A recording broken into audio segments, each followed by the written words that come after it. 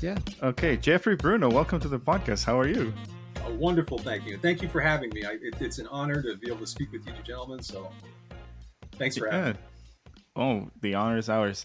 Yeah. Um, so, for the folks at home that have never heard of Jefrrey Bruno, can you tell us a little bit about yourself? Where are you originally from? Were you raised Catholic? Are you a photographer by trade? Those kind of things? Sure, sure. Well, okay, and this is actually something that's one of those. Okay, I'll just one thing in particular. We talk about raised Catholic. So a lot of people Right. think that I'm a convert to the Catholic faith. I'm Okay. not technically a convert. I'm more of a revert. I'm a person who Revert. was raised Catholic, lost their faith, came back to the faith. So that's just so we clarify that right there. Got it. Um, I was raised Catholic. Let's see, what were the other things you asked? Uh, Where are you originally from? I'm from New York. I was born in Piermont, New York, which is just about 14 miles north of Manhattan. Okay. Bronx, I don't know, wherever you're, somewhere in there. So it says New York on my passport.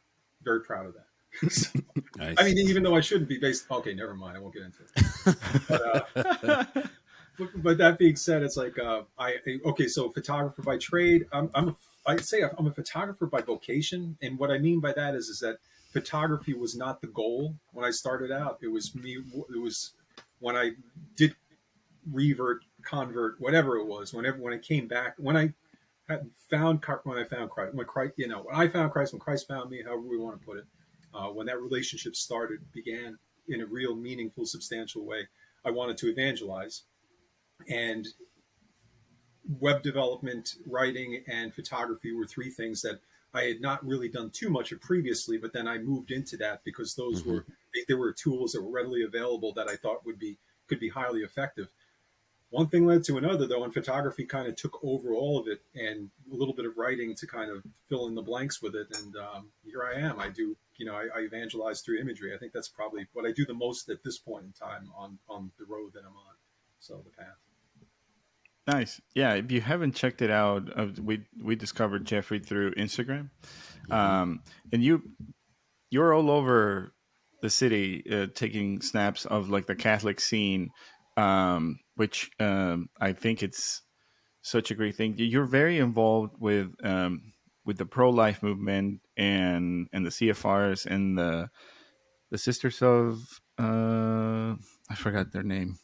Oh, Sisters of Life, Sisters of Franciscan Life. Sisters of the Renewal. There's a lot of them. Um, so can you talk about? You said you came back to the church in 2004. I mean, you didn't say that. I read that somewhere. But what happened in 2004 that put you on the path that you are right now?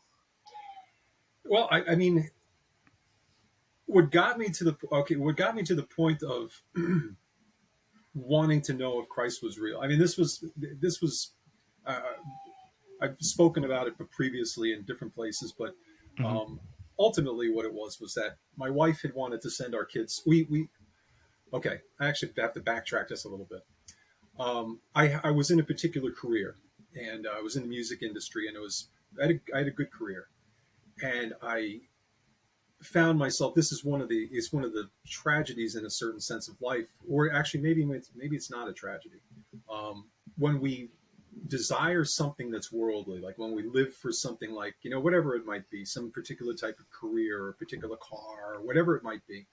Um, Ultimately, if that becomes our center, or if that becomes our goal in life, or quote unquote little g God, hmm Hmm. um, we'll find that it will be disappointing. It won't deliver on the promise that Promise. the world makes hmm to us. And I found that out the hard way because I had invested every aspect of all my breath and everything into that career. And then when I achieved some levels of success, I was like, wait a minute, this is not. And not only wasn't it fulfilling, but it was also destructive. That particular industry, like a lot of different aspects of the entertainment industry, a hmm lot of really bad stuff. It's like, and it's stuff that can ruin your life and ruin your marriage and ruin everything. Yeah. And so I found myself in this environment which was terribly toxic and whatnot, and I, I I didn't know what to do, so I left the industry. I actually flat out left because I realized that um, my wife and our marriage was not going to make it. If I was going to stay, in the business, I had to get out altogether. And then I went on this period of time, as probably about I'm going to say maybe 5 years or something, kind of seeking, what, some type of meaning in life. I tried different things. I found different types of work. Some of it was industry related, some of it wasn't. And we did a bunch of different things along the way, which are kind of crazy. And at the end of the day, what happened is 2004 comes along, and we had purchased a house down by the Jersey Shore. It was after, a few years after September 11th.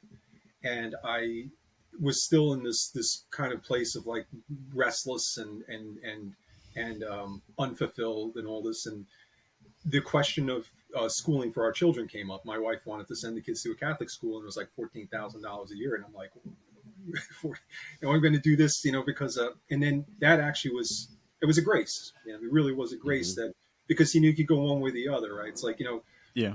God grants you graces whether you believe in him or not. It's like he can shepherd you and steward you whether you believe in him or not. He can do. Nothing's beyond him. And I think that at that point in time, we were right next to, just at the street from a church, a couple of blocks away, and somebody. And this just is of note. Okay, I want to say this because somebody had pointed this out to me when I explained this little conversion, not little conversion, my conversion. It began with somebody saying, "Go to mass." That's simple. But I followed the advice. So the thing is, sometimes we think to ourselves, we encounter somebody might be in a place, and we say like, well, you should pray for that, or you should go to mass. Right. And we might think to ourselves, oh, that's just so trivial. And so do it's it a anyway. platitude or something say like it, that. because you never know the impact it's going to have. Yeah. Because the impact on my life was, obviously a completely radical change. I started going to this church, and I would pray. And basically what the prayer was is that I did understand from my upbringing, in Catholicism, it's like, that the commandments are in order, and love of God was the first. And I did not love God because I didn't think he existed, but I didn't love him anyway. Like, even if he did exist, it's like, it was just this big. So I went there, and I would, utter the words. I would go to mass, and I would kneel down, and I would say, God, I don't know if you're there. I don't love you. But I'd like to know if you were there, and if you are there. And ultimately what it ended up happening was I encountered him. It's like I can't, it's impossible to describe. Right. It's more than fulfillment, more than peace, more than joy. It was just this complete, I don't even know, it's breathtaking. And it was, and it changed everything, because I think it, if you think about St. Paul when he got thrown off the horse, or you think about these types of encounters where it totally turns your life upside down. The knowledge of of Christ's presence is the reality of God. And then when you have that, once you've encountered that, then it kind of reorders everything, because you realize that that's the only thing that matters.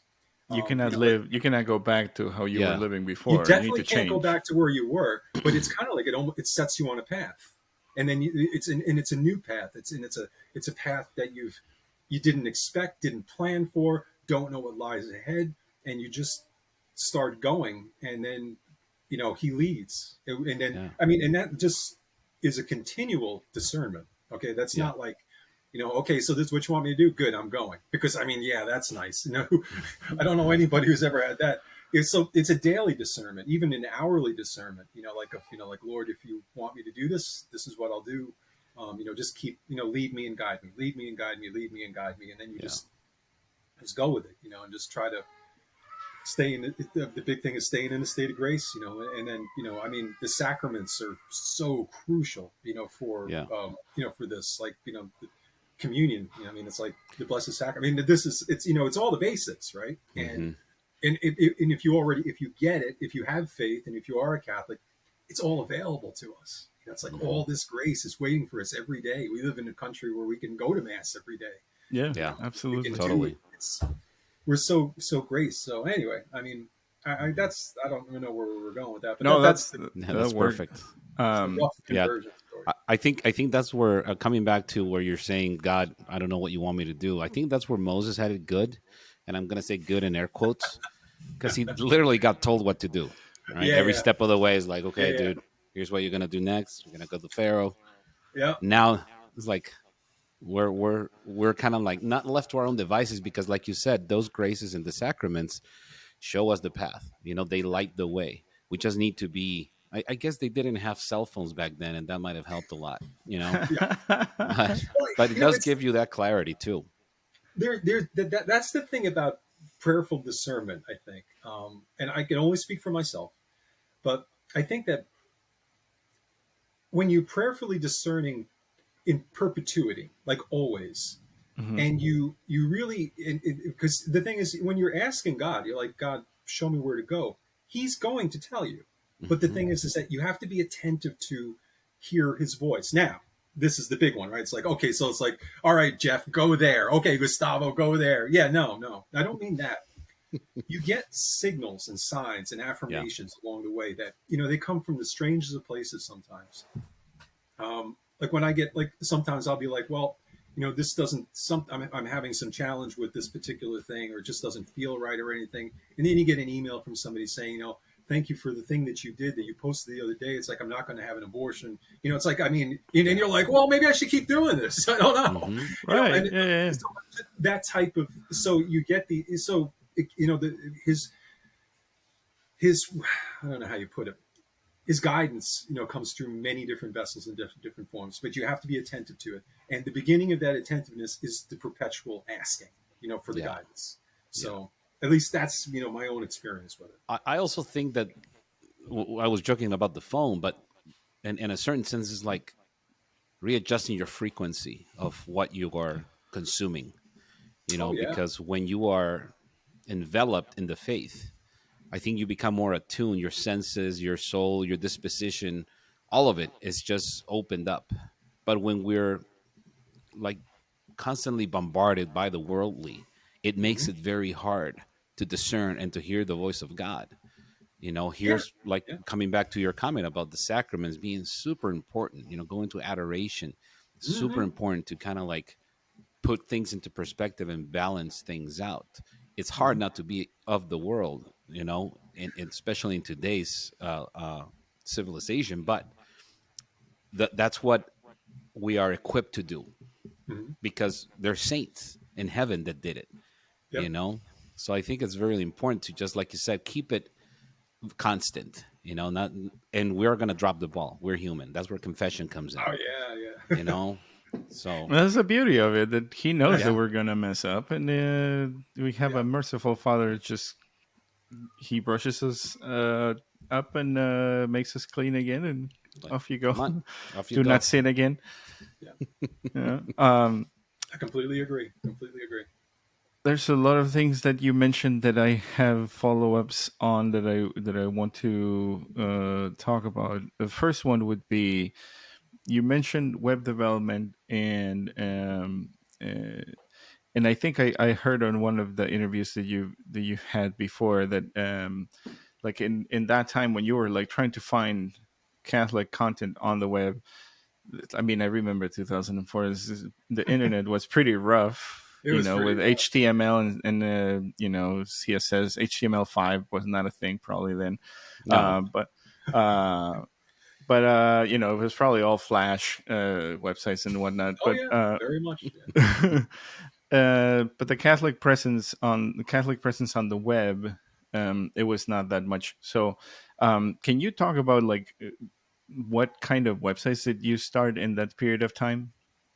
Yeah. The first website that I built, and it was a, and I wish it were still out there. They might be in some archive, something or whatever.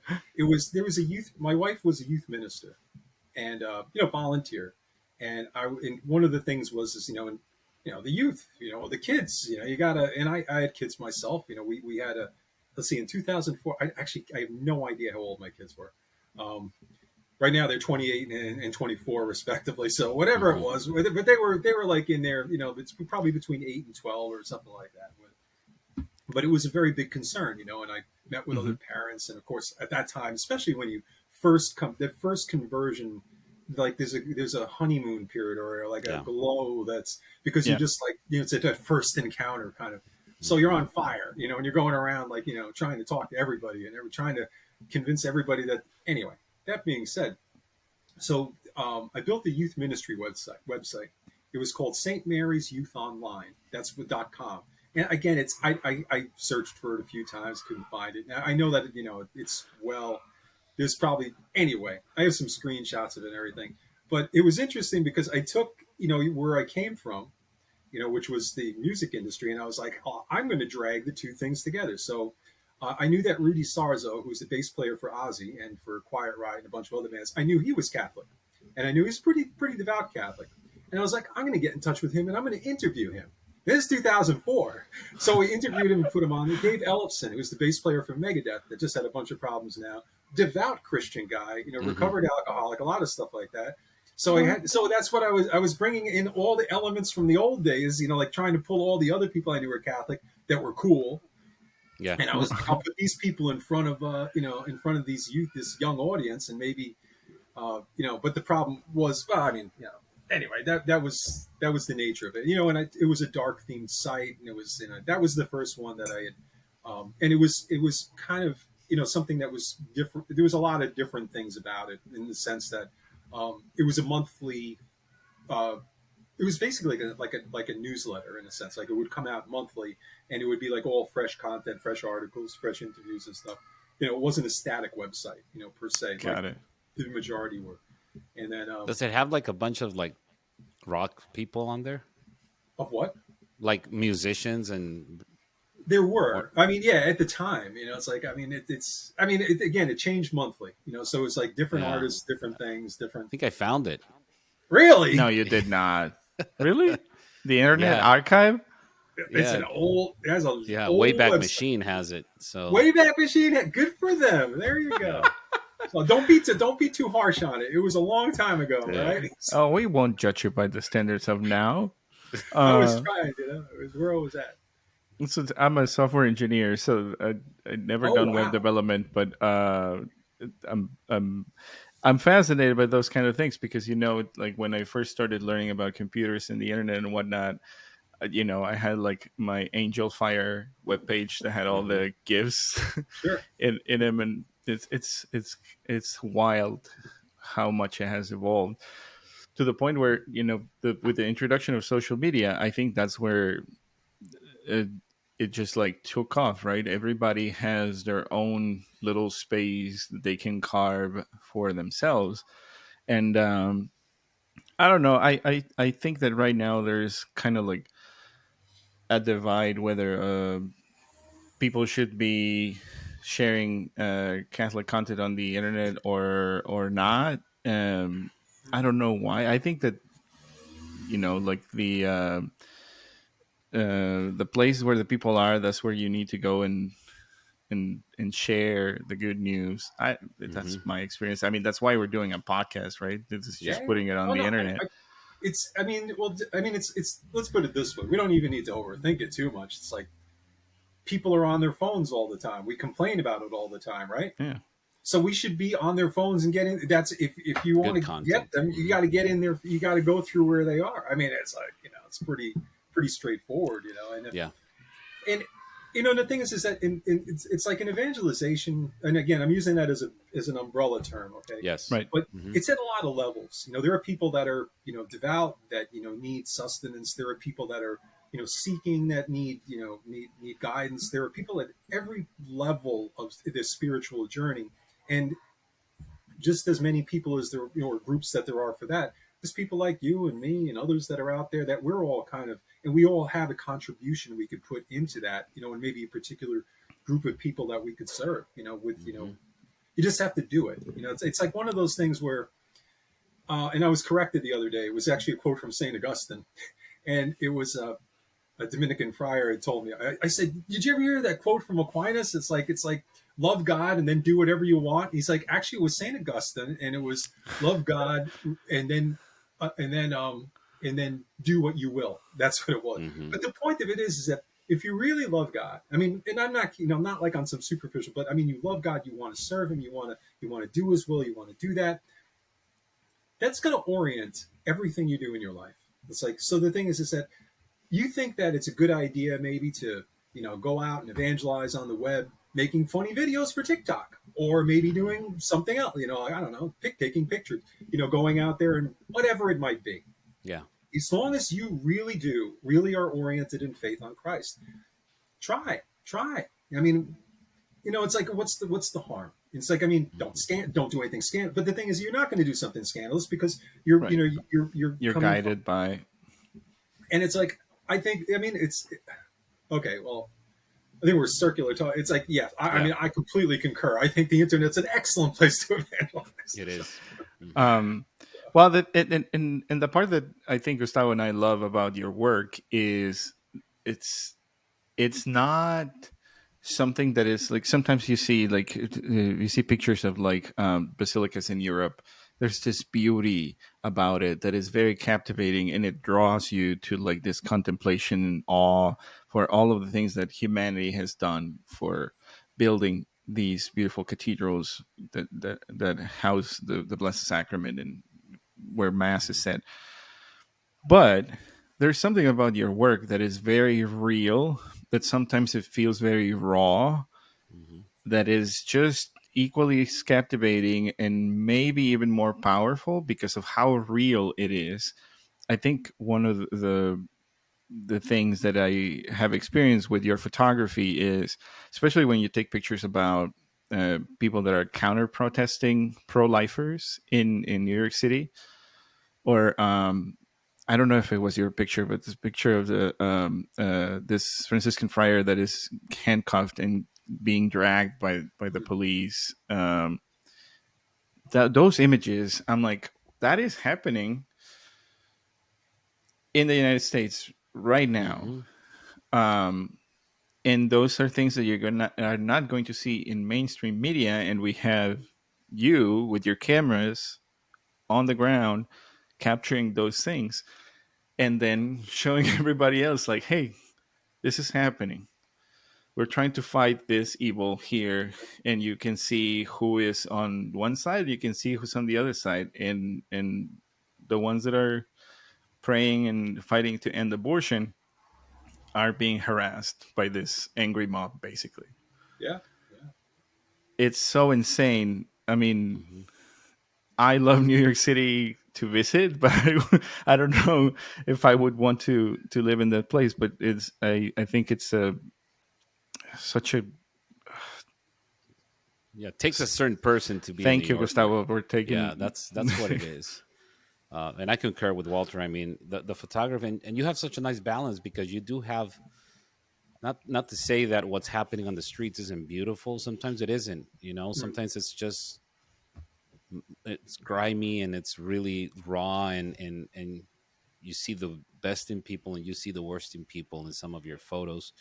Um, but then you have that balance of like you're showing the sisters inside of their basilica, on a very special day where they're welcoming other sisters into the order. You're right. capturing that. You're capturing the Blessed Sacrament. There's a photo of the Blessed Sacrament that you have that is just like it takes your breath away when you see it. And and I think that is a great contribution, that you're able to express with your God-given talents, to bring that beauty and to bring that realness, because otherwise maybe people wouldn't have it, you know. So what was it like? Let me ask you this. What was it like when Roe v. Wade was overturned? What was your plan? Did you just like, okay, I'm gonna go out? Were there already like marches organized that you knew about, or was it just like, let's go? Well, I suspected things were going to get messy, because just based on when that leak had come out initially, Yeah. things had gotten a little bit dramatic in the city. Um, I mean, it's one of those things where the intent the intent is always to present the beauty and the mission of the church. Hmm. That's the intent. I don't want to get the protesters and trap them in what they're doing or whatever it is. Yeah. It's Yeah. like Yeah. it's nothing to do with that. As a matter of fact, I intentionally, the only time protesters will end up in a shot is if it really provides some kind of strong context for Hmm. what's happening on the Catholic side. um, Lord knows I have enough pictures of them, but they're never going to see the light of day. Yeah. Just because, again, it's not about them. It's about the practice of the faith. Exactly. Mm, Um, I would say, well, just a couple of quick thoughts. One thing, going back to Walter, the when you talk about New York as maybe not want to live there kind of thing. And I respect that. And the thing is like in a lot of um, what's often missed is the strength, or I should say, the vibrancy of the Catholic Church in New York. Hmm. And that's definitely something that I wish to show, because I think that it's very easy. Forget about New York. You could live anywhere in the country, and Hmm. it's very easy to lose hope. To lose hope in to say, oh, less people are going to church, or this is happening, or this is happening.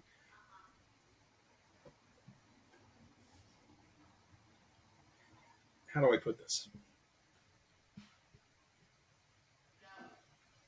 If I didn't show up at these things that were happening in the city, nobody would know they were happening. I'm not taking credit for that. That's not what I Yeah. mean. But the point of it is that chances are they would go under the radar. They wouldn't Right. be in mainstream media. And what would the impression of the church be? Church is doing nothing. There's nothing Right. going on in the church. The church is dying. The church is this. But yet we have two religious orders that were founded in the past 30 years: the Franciscan Friars of the Renewal and the Sisters of Life. And they're vibrant Catholic communities. Where else are new orders being created, founded, and growing? And the thing is, you think it's New York, it's like, yeah, it's got the best of humanity and the worst of humanity, because Hmm. it's New York. It's like New York is it's everything. It's everybody from its greatest strength is, I think, its diversity. And what I Yeah. mean by that is that it has representation from every nationality in the world, Yeah. in communities and in individuals, which is such an amazing amalgam of cultures and things like that mix. Okay, so the bottom line is, or what I'm trying, I guess my long-winded kind of way of trying to get to is that, in spite of how things look, the church is alive, and the church is growing. It's vibrant. It's there. Numbers, they mean something. They're not going to dispute that. When less people go to church, that's a bad thing. But the thing is that, just like when abortion became legalized and Cardinal O'Connor wanted to found the Order of the Sisters of Life, that was something that came from it. In other words, sometimes something apparently bad, or something we perceive as bad, happens within the church. We don't see what God's plan for that is. It's like, Hmm. Yeah. and I think that we always have to hope in His plan, and we always have to trust in His plan. So I think fret less, pray more, be hopeful. I think that that's Yeah. probably a good attitude. And We're gonna make speaking, a T-shirt of that. I'll tell Fret you, man. less, pray more, be hopeful. Yeah, well, I mean, but I'm just saying, it's like it's one of those things where, I mean, maybe it was me who needed the convincing, and maybe God led me into these places to see these things, because I know what people think of the Catholic Church in New York is, but I also know what the Catholic Church in New York is, and Exactly. I'm very Mm. hopeful. I mean, it's like Yeah.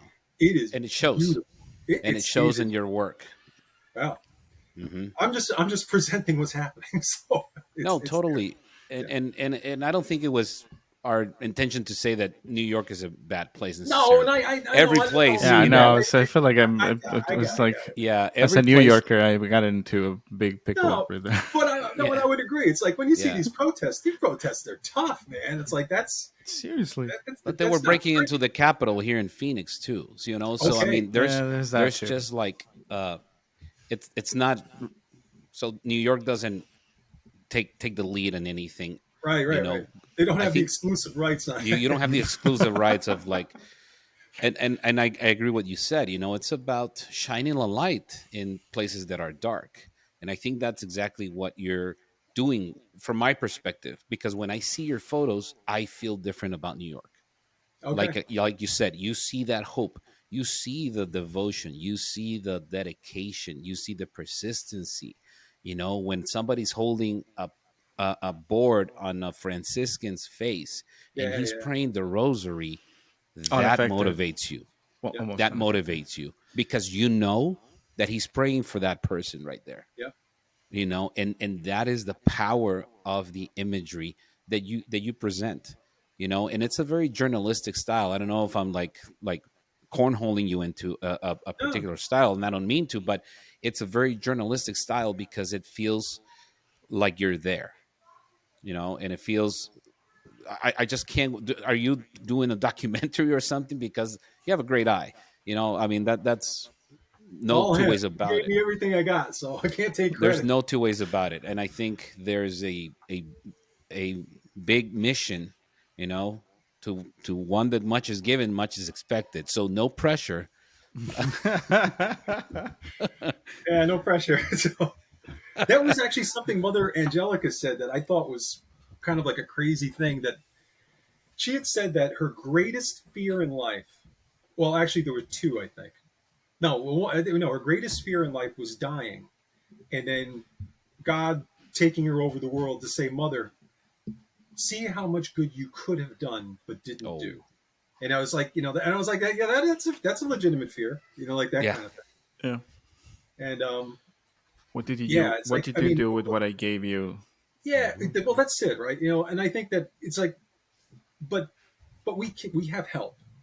We can pray for the grace, to for whatever the thing is we struggle. If we're lazy, if we're afraid, if we, lack the inspiration, we can pray for that grace. I mean, and that's a priest that said that once, that and it stuck with me. It was like, whatever the thing you struggle is, pray for the grace to overcome it, or whatever it Hmm. might be. And there you go. It's pretty simple, God does deliver on these things, but you just have to trust Him and you just have to be persistent. So it's yeah. Um, on the Life Side News documentary that we'll put a link to it. It's pretty good. You said that if you're not communicating, you're becoming irrelevant. Um, Yeah. and and what would you say, like three basic things that s- anyone could do better to be a better communicator, especially when it comes to the faith? Well, there's different levels to that, and I would say that okay. So I'll start with what I'm familiar with, and what I'd be more familiar with would be um, people that feel called, like as a vocation, to evangelize. Hmm. And I think that in that case, it's really, the first thing is that you have to kind of assess yourself and say, well, what are you good at? Are you a good speaker? Are you a good writer? Are you a good photographer, videographer, whatever it is? Whatever the thing is that you're good at, well, that's one of the talents that God gave you, or the talent, and perhaps that's the thing you should employ. For as the thing. So you need to know what medium you're going to work with. Then, like, I mean, I'm talking about social media here. Okay, so it's Yes, like a yes, yes. kind of like, and also, social media and media in general. Know what you're good at and do that thing. Sorry, my dog is trying to get in the You're office good. here. It's like it's. You're fine. I'm just gonna let her in. Oh, excuse me Yeah, one sure. second, people. I Yeah, go Yes. ahead. apologize. Do, Bear do, with me. do, do, Oh, do, she'll do, come right do, back in.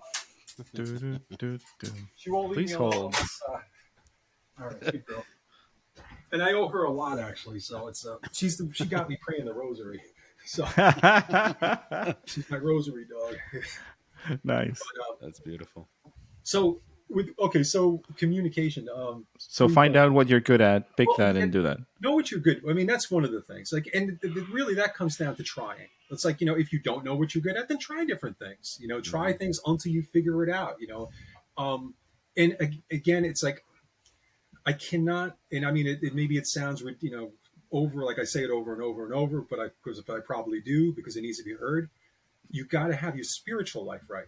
It's like you got it, because the Mm. thing is that you know first. I mean, so really, your prayer life and your receiving the sacraments, it's like you can't. It's like somebody said once, and it was really good. It's like you can't pour something out of an empty cup.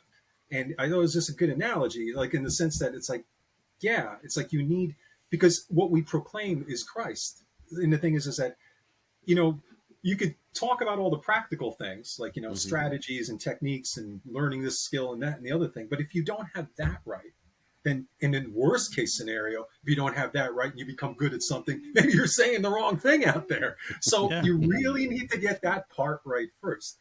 um, but then, I mean, and I think it was Father Dave Dwyer who had said it, and it was pretty good. He says that, we talk about discernment, and he talked about like knowing when you're in the right place, doing the right thing. And it Mhm. was something to the effect of that: if you feel joy in what you're doing, now again, provided we get the first thing right, you're rooted in your spirituality, you're praying for it, you're discerning and everything, and you feel joy in the thing you're doing, and the saddest, there's a good chance you're in the right place doing the right thing. Good chance. I mean, again, prayerfully discern, perpetually. But okay. But I think you're looking for more practical stuff initially. So, I mean, I think those two are very practical, if Yeah. I'm okay, being good. All right. honest. Well, those are So practical. But then get your the other, spiritual life in order, yeah, yeah, assess what your strengths are, yeah. and then discern from there on. Yeah, I Just mean, try. and that's perpetual discernment. Again, I think that's really important. But on another practical, like in a real other again, a practical thing is that begin, just begin doing it. Mm. Like you nobody's first stuff is great. It's like, I mean, You should listen to this podcast. but I mean, you got to start somewhere. We're And 80 episodes in, and we're still Yeah, we're trying, still like, Jeffrey. yes, we're I don't good know, at man. it. You guys seem We're like you got okay it at down. interviewing So people. We I'm just carry a impressed. conversation. But that's that's the thing. So it's like because and it's so funny when you just start doing something, because a lot of times you don't know what's going to happen when you start. We all kind of think in our head we know what. I'll give you a brief example, and it's something that still stuns me to this day. Every Okay. time I go out on an assignment, or every time I go to cover an event, I think I know at this point in time, having covered multiple events, I think I know what it's going to be like. 9 times out of 10, it's nothing like what I anticipated. There's always something different, something unique, and I'm like, and you just, if I were sitting at home making a decision based on what I thought and decided not to go, I would have been wrong. Just go and do. Yeah. Just that's it. I mean, those are yeah. That's Get up and go. Speaking of your experience, guys at home, you're also going to find out that Jeffrey is extremely humble when it comes to his work. He hasn't talked about the assignments that he has covered, because he has been in the canonization of Mother Teresa. You've covered the apostolic visit of Pope Francis to the U.S., the papal conclave, the funeral of Mother Angelica, the visit of Pope Francis to Auschwitz, the funeral of Father Andrew Apostoli, one of my favorites, Pope Benedict XVI apostolic journey to Mexico, the beatification of Blessed Michael McGivney, and so and many others that I probably didn't put in. But man, that is like, you've been part of a lot of history in the Catholic Church that you get to capture. How does that affect you on a personal level? I'm not. I'm going to be completely honest with you. I really don't think about it. It's interesting when you go off and do these things. It's like, and I think one of the reasons why is because now we're doing like psychotherapy here. But I think it's kind of like there's always something else happening. It's like it's from one thing to the next thing to the next thing to the next thing. Okay. I mean, it has been. I mean, don't get me wrong. It is. There's some of the things you mentioned. Were like when I got the phone call. Like to do them, I was like, it's amazing. It's terrifying too, though. Well, It's like, I yeah. mean, because especially like, um, okay, Mother Angelica's funeral. I think I can speak about it at this point in time. Just a couple of broad strokes. Mhm. The I was contacted like years before she passed away, and they said, "Would you be interested in being the pool photographer? For all the wire services for AP and for everybody. You'll be the only photographer in, to cover this thing. The conditions are that you'll have to, when we call you, when this time happens, you have to be on a plane within 24 hours. So it doesn't matter what I'm doing, where I am." And You I need to go. remember, yeah, and so I remember it was Easter Sunday, and I was just leaving my father's house and with my family, and all of a sudden I looked at my phone. I'm like, "Uh-oh, here we Someone go." from Alabama is calling you. And being down there for that, I had been a big admirer of Mother Angelica, never met her in person. Um, I would say that was, like in terms of like a privilege or an honor, like this it would be hard pressed to be able to find something that was, she is influenced in a way, she's the I don't know what you call it, the cornerstone of evangelization through media. Maybe her, Fulton Yeah. Sheen, like, Yeah. Yeah. but I mean, she was the one who built out a network, You know, like, and I mean, we're talking about a really big network between Catholic News Agency and EWTN and National Catholic Register, and I mean, it's all. I mean, and she's a person. Here is some advice. Okay, take it from her, not from me. She didn't know anything about this stuff when she started. Was if anybody were more ill-equipped to begin in the media business, it was her. But you know what? She trusted God. She said, Yeah. "This is a great way to evangelize. God, this is what. If you want me to do this, I'll do this." And she did it. And so the thing is that, in other words, don't worry too much about, again, it's being centered on Him, and then look what at the fruits of her life. I mean, again, we can go through Mother Teresa, and you go down to all the other saints. Look at the fruits of their Yeah. life because they trusted in Him. Hmm. So Yeah, I love that she said, "Well, we need a big dish. Where are we yeah, gonna get it?" And then the big dish just God will got provide. there. Yeah, God will provide. And then they opened the door, and there's the big dish. All right, go install that thing, because I don't know what I'm doing. Yeah, there's It's so many of beautiful. them. I think she was like marking like the how big the building was going to be with like chalk or something, and then it's like, okay, now you make it happen, God, Yeah, kind of It's things. crazy. It's amazing. but see, and the thing is I guess this day and age, for a lot of people, that's hard to accept. We place so much in our own work and our own thing, and we don't. There is a balance, of course. It's like there is the stuff we have to do. There's our part of that equation, but Absolutely. I think that, we, I do anyway, lean too far in my own stuff and not enough on Christ. It's Yeah. like, and I think that you Yeah. can Don't we never go. all? Yeah, no, it's right. It's true Hmm. because we're fallen. We're human beings. We have that proclivity to do that. And it's But so I guess, yeah, to beat a horse to death a little bit further, it's like lean in on that prayer life. Keep it centered there. That's Yeah. the most important thing. Amen But to that. Um, is there something that we haven't talked about that you'd like the folks at home to know? huh. Well, okay. I would like to encourage anybody who might be listening to this that has any inkling of interest or desire to do this type of work, like these two guys here, or myself, or other people that are evangelizing. Try, start, pray, discern, because there needs to be more people doing it. Um, Hmm. the internet is massive. It's global. It's everything, and there is not enough Catholic voices out there speaking. So I think that that'd be the first thing. I mean, it's like if I could use any platform to say anything, that's it right there. Yeah. And I'm optimistic. I heard about an initiative I just was contacted this past week about it. It's a thing called Catholic Social, and it's an organization that's I think they're getting some funding or something that uh, they have a lot of the best practices and good people and things like that, and how to educate or to equip social media evangelists. And Oh I'm wow. very intrigued to see what that's going to look like, and I don't know all the details. I saw a promo video and some other stuff, and I was like, this is exactly, because this is the time. This is really, Yeah. we everything is here. The technology is here. We're here. The platforms are there. It's all. And you know what else is there?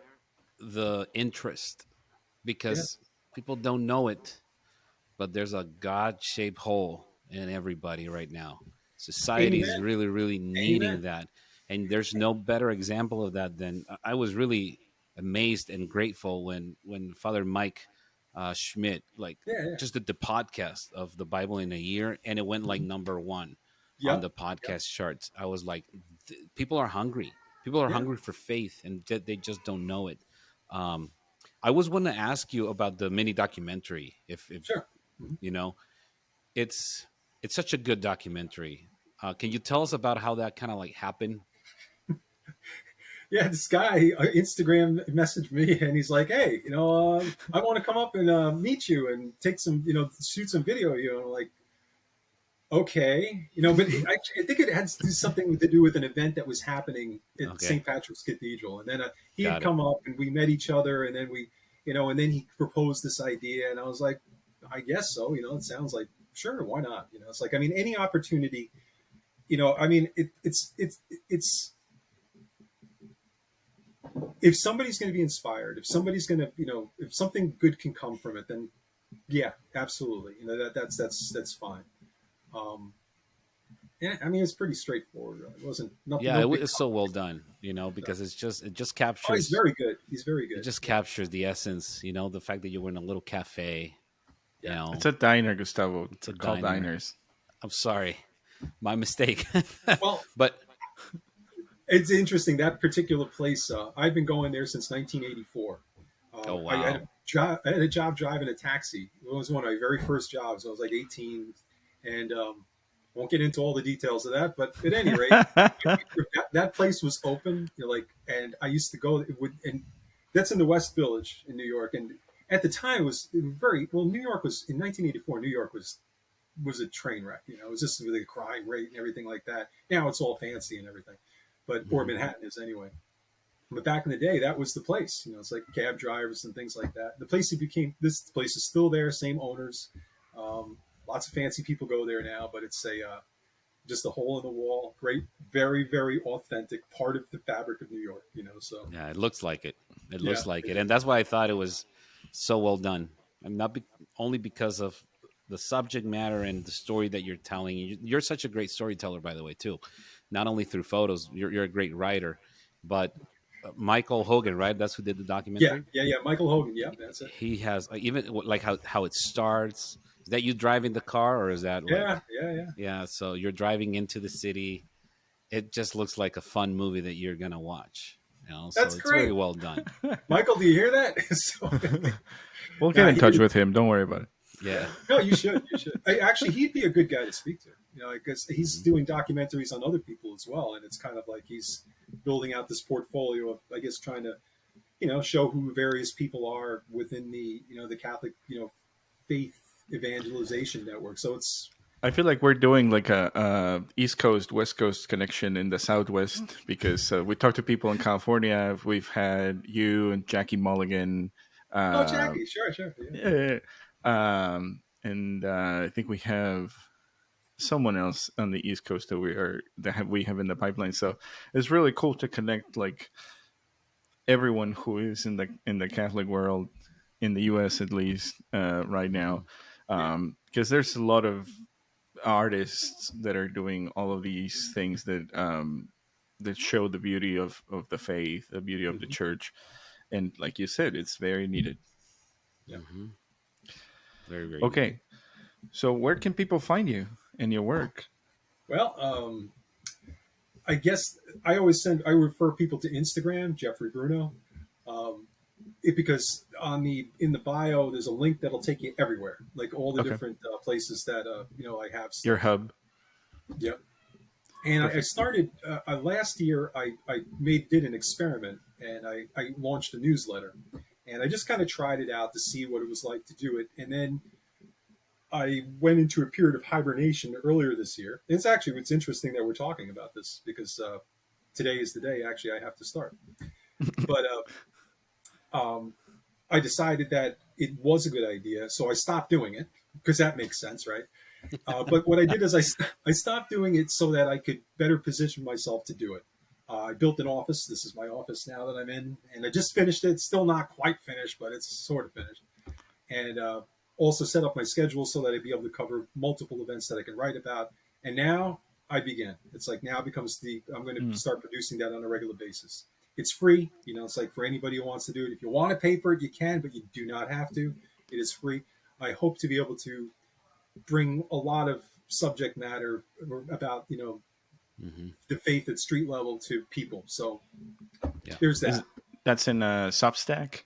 Yep, Substack. That's right. Yeah. Yeah, yeah. That's Nice. street level, right? That's the name of it. Yep, street level. Yeah, Hmm. and hopefully Nice. that'll be some. I got so many things I'm excited to talk about. So it's like it's kind of. That's awesome. But you Your can't do it wrap on up social of media. 2021 Oh yeah, that was pretty is good. pretty fun to read. All right. Okay. Well, thank you. Yeah. But again, it's like I bumped along. I tried. Somebody had suggested. Do this thing. It's a good, and I think it is. It's very valuable. Because I mean, I love doing evangelization work through social media. But the problem is you can't get the depth. You can. I mean, it's wonderful because I mean, the platform. That's what the platform is. It's a quick read. It's a quick look at. But if you want to do deeper, more long form types things with more pictures and stuff like that, you need a different, at this point in time, you need a Yeah. different platform. Different tool. Yeah. Yeah. Awesome. Well, really looking forward to that one, and really appreciate you taking the time this morning to talk to us. And we'll keep you in our prayers for your ministry, for what you're doing, and everybody go check out Jefrrey Bruno. Yeah. Thank you so much Thank you, again guys. for your time. It's been a pleasure. Thank you. It's been an absolute honor and a pleasure to be with you guys. All right, everybody else, go to direct.me/Barbatos for more information on the podcast, and we'll see you next week. Later.